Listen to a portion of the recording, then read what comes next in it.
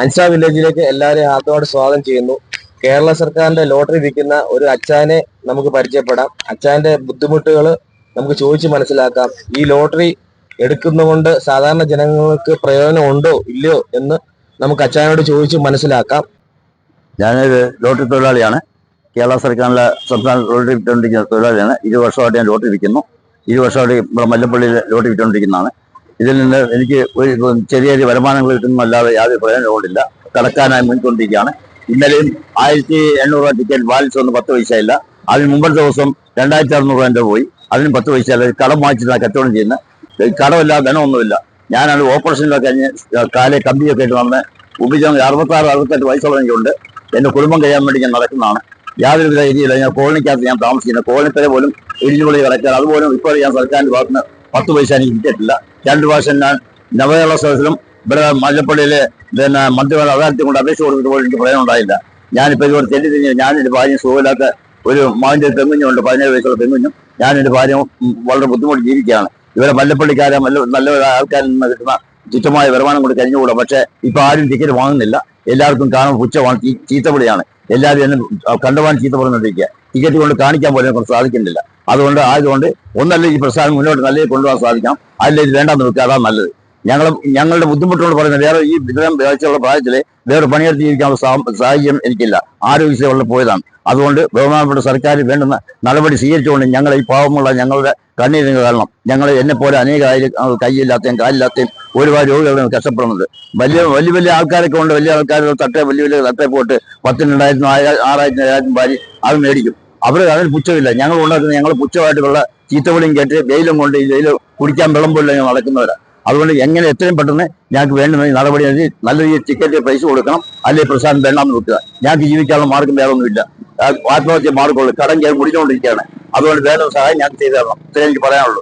നാട്ടുകാർ ടിക്കറ്റ് വാങ്ങിച്ചിട്ട് അവർ ഞങ്ങൾ പള്ളു പറയുന്ന ചീത്ത പറയാൻ ഞങ്ങൾ കേൾക്കാൻ കഴിയില്ല. ചേട്ടന് ഒരു ദിവസം 150 ടിക്കറ്റാണ്ട് ഇരിക്കുന്നില്ലേ? അതിനകത്ത് എന്തെങ്കിലും ചേട്ടന് പ്രൈസ് കിട്ടുന്നതായിട്ടുണ്ടോ ഇല്ലയോ? അതുകൊണ്ടൊന്ന് നമുക്കൊന്ന് അറിയണം.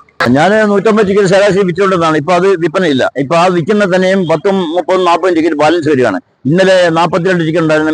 മെനഞ്ഞാന്ന് 2,600 ടിക്കറ്റാണ് ബാലൻസ് വന്നത്. ഇങ്ങനെ ഓരോ ദിവസം കടം കയറി പോയാൽ എനിക്ക് യാതൊരു മാർഗ്ഗമില്ല കടം തീർക്കാനായിട്ട്. പിന്നെ ടിക്കറ്റിന്റെ കച്ചവടം പരിപൂർണമായിട്ട് നിലച്ചിരിക്കുകയാണ്. കച്ചവടം ഞങ്ങൾ സാധാരണക്കാരൻ കച്ചവടമില്ല, പാവപ്പെട്ട കച്ചവടമില്ല. പിന്നെ 150 ടിക്കറ്റ് എടുത്തുകൊണ്ട് 90 ടിക്കറ്റ്, 80 ടിക്കറ്റ്, 75 ടിക്കറ്റ് വിൽക്കുന്നുണ്ട്. ഇപ്പോഴത്തെ കണക്കാണ്. നേരത്തെ വിറ്റ് പോകുമായിരുന്നു. ഇപ്പൊ ആർക്കും ഈ സ്ഥാപനം വേണ്ട, കൊണ്ടുകൊടുത്താൽ വേണ്ട. 75 ലക്ഷം രൂപ, 80 ലക്ഷം രൂപ, 1 കോടിയൊക്കെ പറഞ്ഞു കേൾക്കുന്നുണ്ട്. പക്ഷെ അത് പത്രത്തിൽ പോലും വരുന്നില്ല. ആ കണ്ടീഷനാണ് നിൽക്കുന്ന. അവിടെ അടിച്ച് ഇവിടെ അടിച്ച് പറയുന്നല്ലാതെ രംഗത്ത് ആരെയും അറിയുന്നില്ല. ഇത് ജനങ്ങൾക്ക് എല്ലാവർക്കും തട്ടിപ്പാന്ന് പറഞ്ഞ് ഞങ്ങൾ ഓടിക്കാന്ന്. വെട്ടിപ്പാന്നാണ് പറയുന്നത്. സർക്കാർ തട്ടിപ്പെന്നാണ് ജനങ്ങൾ പറയുന്നത്. ഞങ്ങൾ പറയുന്നില്ല, പ്രൈസ് അടിക്കുന്നില്ല. അതാണ് എന്റെ കാര്യം. അതുകൊണ്ട് എന്താന്ന് വെച്ചാൽ നടപടി നിങ്ങൾ സ്വീകരിക്കുക. ഞങ്ങൾക്ക് ജീവിക്കണം. ക്ഷേമപ്പെട്ട ഒരു 8 മാസത്തോട് അതുമില്ല. അതും തട്ടിക്കിടക്കുക. അതും കിട്ടുന്നില്ല. വേറെ സർക്കാരിന്റെ ഒരു ആനുകൂല്യം എനിക്ക് എന്റെ കുടുംബത്തിന് കിട്ടുന്നില്ല. അടുത്ത് നമുക്ക് ചേച്ചി, ഒരു കൈ വേഗത്തൊരു ചേച്ചി ഉണ്ട്. ആ ചേച്ചിയോട് കാര്യങ്ങൾ ചോദിച്ച് മനസ്സിലാക്കാം. ചേച്ചിക്ക് ഇതിനകത്ത് ഈ ടിക്കറ്റ് ഇരിക്കുന്നതുകൊണ്ട് എന്തെങ്കിലും പ്രയോജനം ഉണ്ടോ നമുക്ക് ചേച്ചിയോട് ചോദിച്ച് മനസ്സിലാക്കാം. 1 വർഷക്കാലമായിട്ട് ഞാൻ ലോട്ടറി എടുത്ത് വിൽക്കുന്ന ഒരാളാണ്. എൻ്റെ കൈ ഒരു അപകടത്തിൽ നഷ്ടപ്പെട്ടു പോയാണ്. അപ്പൊ എൻ്റെ കൈയുടെ ഒരു സ്വാധീനക്കുറവ് കൊണ്ട് കാണുന്ന ആൾക്കാർ എന്നോട് ടിക്കറ്റ് വാങ്ങിക്കുന്നതല്ലാതെ നമുക്ക് ഒരു ദിവസം 60 ടിക്കറ്റ്, 120 ടിക്കറ്റ് ഒക്കെ വെച്ചുകൊണ്ടിരുന്നതാണ്. അപ്പൊ ആ ടിക്കറ്റ് ഇപ്പൊ ഞങ്ങൾക്ക് വിൽക്കാൻ പറ്റുന്നില്ല. കാരണം ഓരോ മനുഷ്യരും ഞങ്ങളുടെ ടിക്കറ്റുമായിട്ട് ചെല്ലുമ്പോൾ ഞങ്ങളോട് വേണ്ടാന്ന് പറയുകയാണ്. കാരണം സർക്കാർ പ്രൈസ് ഒന്നും കൊടുക്കുന്നില്ലാത്തതിന്റെ അതുകൊണ്ടാണ്. ആഴ്ചയില് 10 ദിവസവും ടിക്കറ്റ് എടുക്കുന്ന ഒരു വ്യക്തിക്ക് ഒരാഴ്ചയിൽ ഒരു ദിവസമെങ്കിലും കിട്ടാത്തതിന്റെ ബുദ്ധിമുട്ട് അവര് നമ്മളുടെ അടുത്താണ് കാണിക്കുന്നത്. ഞങ്ങളും കുടുംബമായിട്ട് കുഞ്ഞുങ്ങളുമായിട്ട് ജീവിക്കുന്നവരായതുകൊണ്ട് ഞങ്ങൾക്ക് വേറെ തൊഴിലില്ല. എന്നെയൊക്കെ സംബന്ധിച്ച് സർക്കാർ ജോലി പോലും തന്നിട്ടില്ല ഇന്ന് നാഴിക വരെ. അനേക ഇന്റർവ്യൂവിനും കാര്യങ്ങൾക്കൊക്കെ ഞാൻ പോയിട്ടുണ്ട്. പക്ഷെ എനിക്കിന്ന് വരെ രാഷ്ട്രീയ നേതാക്കന്മാരുടെ ഒന്നും ശുപാർശ ഇല്ലാത്തതുകൊണ്ട് എനിക്കൊരു ജോലി തന്നിട്ടില്ല. സാധാരണക്കാര്, പാവപ്പെട്ട ആൾക്കാരെ എവിടെയാണേലും താഴ്ത്തി കെട്ടുന്ന ഒരു സർക്കാരിനെയാണ് ഇന്ന് കണ്ടുവരുന്നത്. അപ്പൊ അതുകൊണ്ട് ഞങ്ങൾക്ക് ജീവിച്ചു പോകണമെന്നുള്ള കരുതലോട് കൂടിയാണ് ഞങ്ങളുടെ കുഞ്ഞുങ്ങളെ പട്ടിണി ഇടാൻ പറ്റിയല്ലോ.